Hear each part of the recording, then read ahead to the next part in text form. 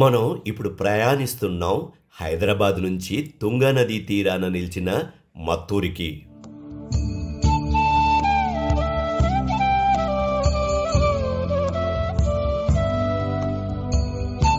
ఇది యాదృచ్ఛిక ప్రయాణం కాదు, ఇది Ekadanta the school of ancient studies నుండి ప్రారంభమైన ఒక సంకల్ప యాత్ర. ఈ యాత్ర భవిష్యత్ తరాలకు భారతీయతను పరిచయం చేయాలన్న సంకల్పమే.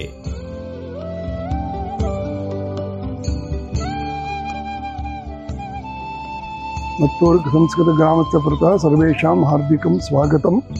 నమస్కారం. వ్యాహరామి. మమ నామ గిరీశः.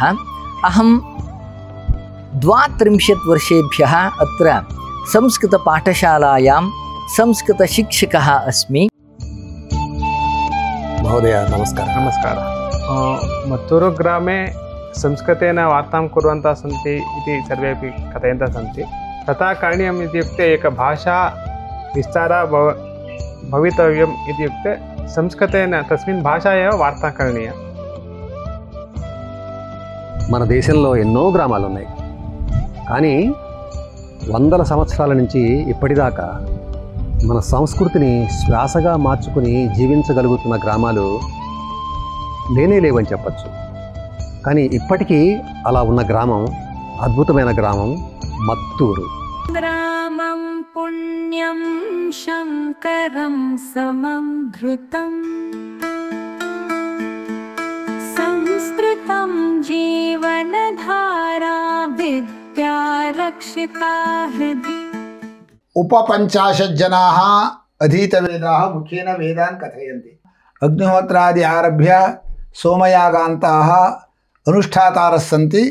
अग्निहोत्रिणोपि 8 जनाः सन्ति. तथैव शाङ्करं भाष्यम् अद्वैतदर्शनम् अस्माकं नरसीपुरकुलसम्प्रदायस्य अत्र बहवः सन्ति. 10-20 जनाः शाङ्करभाष्य अधीतिनः सन्ति. एवमेव धर्मशास्त्रं, भागवतं, भक्तिशास्त्रं, तथैव ज्योतिषशास्त्रम् इत्यादि शास्त्रज्ञाः सन्ति. अधुना सन्यासिनोपि बहवः सन्ति. मत्तूरग्रामं पुण्यं शङ्करं समाधृतं संस्कृतं जीवनधारा विद्या रक्षिता हृदि. ध्रुवपदगावं गौरवं संस्कृतं वदामहे. शान्तं सौम्यं ग्रामं सदा సంస్కృతం ప్రియేణ. ఈ ఊర్లో ప్రతిశతం 60% మంది సంస్కృతం తెలిసిన వాళ్ళు. దానికంగా ఎక్కువగా పరంపరగా వేదము, శాస్త్రము దాని అధ్యయనం చేస్తూ వచ్చిన కొన్ని ఫ్యామిలీలు ఇక్కడ అప్పటి నుంచి అదే ఉంది. మా ఫ్యామిలీలో ఎవరు ఉద్యోగానికైనా బయట చదవడానికి పోలేదు. వేద పరంపర ఆ పరంపరలోనే ఉన్నాం. నాలాంటిది ఒక కొన్ని ఫ్యామిలీలు ఉన్నాయి. వాళ్ళు సంస్కృతమే, వేదం అంటే సంస్కృతంతోనే పాటు ఉంది, కలిసి ఉంది. అలాగే సంస్కృతం అధ్యయనం చేసి దాంట్లోనే మార్గంలో ఉన్నారు.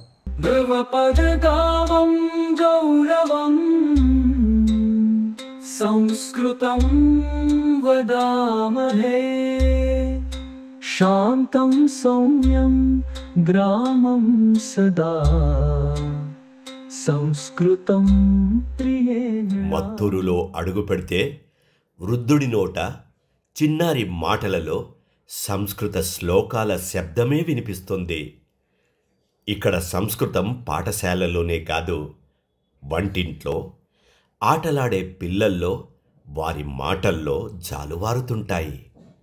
ఇది ఒక భాష నిలిచిన స్థలం కాదు, ఇది ఒక భావం బ్రతికే భూమి. చూస్తున్నారు కదా, ఇది తుంగా నది. ఇది ఎక్కడుందో తెలుసా అండి? మత్తూరు గ్రామం పక్కనే ప్రవహిస్తుంది. ఇంతకీ మత్తూరు ఎక్కడుందనుకుంటున్నారు? కర్ణాటకలోని శివమొగ్గ నగరం పక్కనే 7-8 కిలోమీటర్ల దూరంలో ఉంటుంది. ఈ తుంగా నదికి మత్తూరు గ్రామానికి ఒక అవినాభావ సంబంధం ఉంది. అదేంటంటే ఈ తుంగా నది ఆగకుండా నిరంతరంగా ఎలా ప్రవహిస్తోందో మన మత్తూరు గ్రామంలో సంస్కృత భాష కూడా అదే రకంగా ఆగకుండా ప్రవహిస్తూనే ఉంది శతాబ్దాల నుంచి. ఈ గ్రామంలో ప్రతి ఒక్కరూ సంస్కృత భాషణమే కాకుండా శాస్త్రాధ్యయనం కూడా చేస్తున్నారు. ఇప్పటికీ గ్రామం మొత్తం అవే కుటుంబాలలో వ్యవసాయంలోనూ కృషి చేస్తున్నారు, శాస్త్ర అధ్యయనంలోనూ కృషి చేస్తున్నారు. ఈ మత్తూరు గ్రామంలో లానే ప్రతి గ్రామం ఈ సంస్కృతిని సంస్కృతాన్ని ముందుకు తీసుకెళ్తే ఈ నదిలాగా నిండుగా ప్రవహిస్తూ ఉంటుంది. అఖండ భారతమంతా ఈ సంస్కృత భాష ఎందుకు ఇలా ఆగకుండా ప్రవహించకూడదు? దానికోసం మనం పూర్తి ప్రయత్నం చేద్దామండి. మన ప్రపంచం పాశ్చాత్య శబ్దాలతో కలిసిపోతూ మాయమవుతున్న వేళ పాశ్చాత్య దేశాల నుండి ఎందరికో సైతం ఈ పల్లె స్వాగతం పలుకుతుంది. అహం నందకుమారः మత్తూరు గ్రామతः एव इदानीम् अहं लण्डन् नगरे भारतीयविद्याभवने కార్యం కుర్వన్ అస్మి. ఇక్కడ భారతీయత సంస్కృతి నిరంతరం శ్వాసిస్తుంది. ఇక్కడ జీవితం ఒక సాధన, ఇక్కడ మాట ఒక మంత్రం, ఇక్కడ శబ్దం ఒక తపస్సు. యథా వృక్షస్య సంపుష్పితస్య దూరాత్ గంధో వాత్ ఏవం సంస్కృతస్య వాతావరణేన సర్వత్ర ఘమః సుగంధః ప్రసరతి ఏవ. బాలకానాం కృతే పాఠయామ, యువజనానాం కృతే పాఠయామ, సర్వ తేషాం భాషాపి సమృద్ధా భవతి, వయం సుసంస్కృతాః భవిష్యామ. అతః భాషాసు ముఖ్యా. సంస్కృతం జీవనధారా విద్యా రక్షితా హృది. పేజావర శ్రీచరణాः ఏకదాः 50 वर्षात् पूर्वं एकदा आगतवन्तः. तदा ग्रामं दृष्ट्वा अत्र संस्कृतिर्वर्तते, तदर्थम् अत्रतः संस्कृतभाषायामपि प्रचारं कुर्वन्तु इत्युक्त्वा अयं ग्रामः संस्कृतग्रामः इति प्रसिद्धिर्भवतु इति उक्तवन्तः पूज्याः. तदा प्रभृति संस्कृतग्रामः इति प्रसिद्धिरभवत्. संस्कृतं वदामहे शान्तं सौम्यं ग्रामं सदा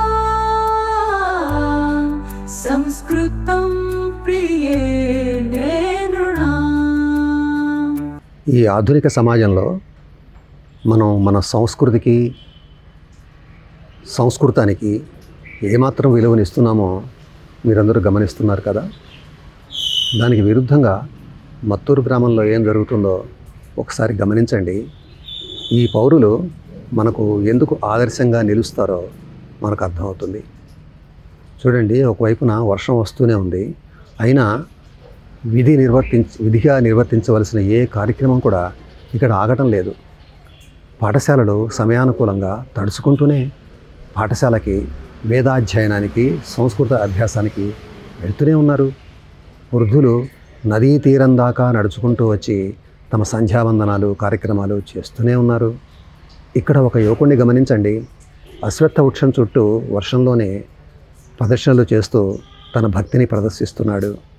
ఆడవారు కూడా మీరు గమనించండి, సమయానికి భగవంతునికి ప్రసాదాన్ని సమర్పించడం కోసమని ఏ రకంగా వర్షంలో తడుచుకుంటూ గొడుగులైనా ఉపయోగిస్తూ అయినా సరే ఆ సమయానికి భక్తితో ప్రసాదాన్ని సమర్పించడానికి ఎలా ప్రయత్నిస్తున్నారో మీకు అర్థమవుతూ ఉంటుంది.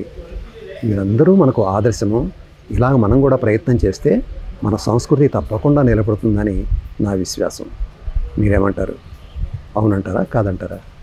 शिवमोग्गाया स्थितं नगरं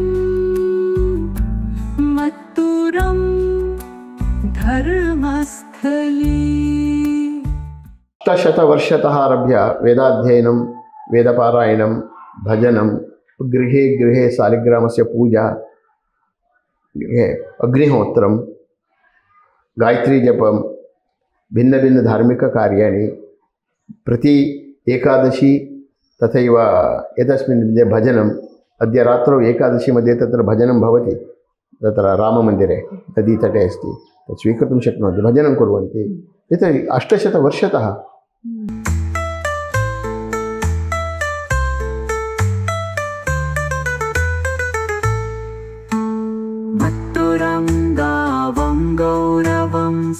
संस्कृतं वदामहे शान्तं सौम्यं ग्रामं सदा संस्कृतं प्रिये नृणाम्. గమనించారుగా ఈ ఊరు, ఈ వీధులు ఎంత నిశ్శబ్దంగా ఉన్నాయో.